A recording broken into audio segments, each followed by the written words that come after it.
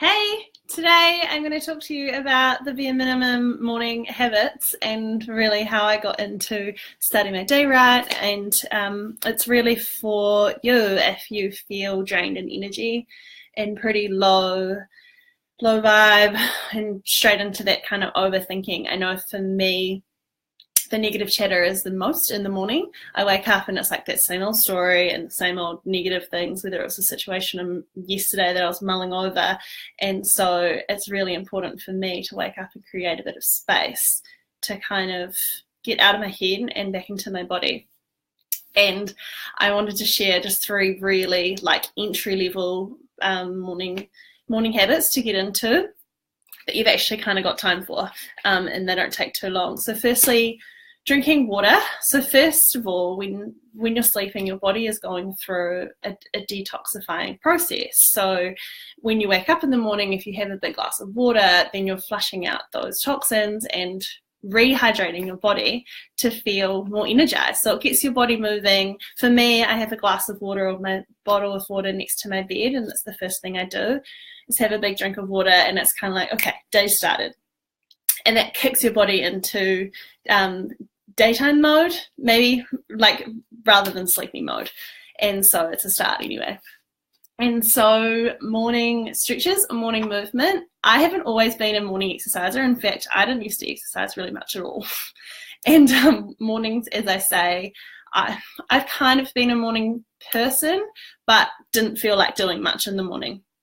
Anyway, so morning stretches is a good place to start, like even if it's a few minutes, and doing, if you know, child's pose, like really stretching out your spine and getting your spine moving, and also side stretches because we sleep so crumpled up. So if you can kind of do these ones and stretch your body out and stretch your spine is also a good way to get moving, and kind of cat and cow, if you know that. If you don't, send me a message. And one thing that got me into exercising in the morning was one time someone told me that 10 minutes of exercise, like going for a walk, was better than nothing. And it's like, yeah, okay, duh. But that was what was enough to get me out of the house and going for a walk. And often I would get out, and that was the hardest part. And then I'd kind of intend on going around the block. I'm like, oh, this is feeling great. I'll keep going. So that little 10-minute exercise was enough for me to think, okay, I've got time for that. And it really started to create space and, as I said, get into my body rather than be so in my head and trying to even, fill it up with like positive affirmations and all that kind of thing. No, like it's often quite negative. And so it still is. So getting kind of into my body and getting some fresh air as well can be really, really helpful.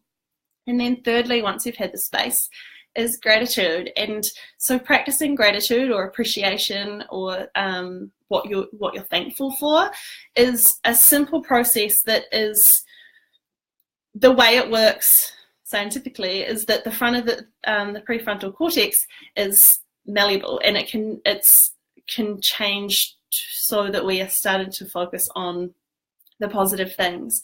And the way that works, gratitude, is writing down 3 things you can be grateful for.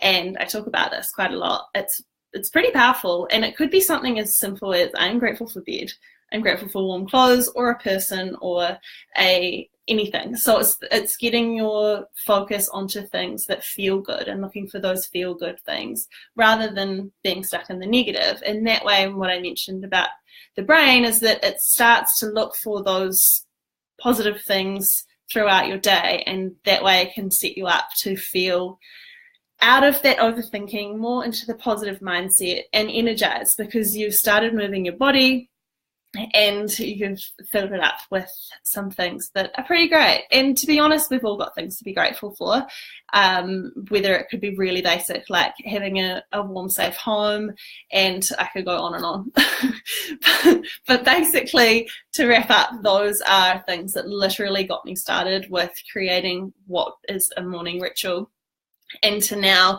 practicing meditation and all those things. But I think it's important to start somewhere and start with what you have time for. It could be 10 minutes. And I promise you, you've got 10 minutes. If you have 10 minutes to scroll on Instagram or Facebook, you can do this. Awesome. Let me know how you go, guys.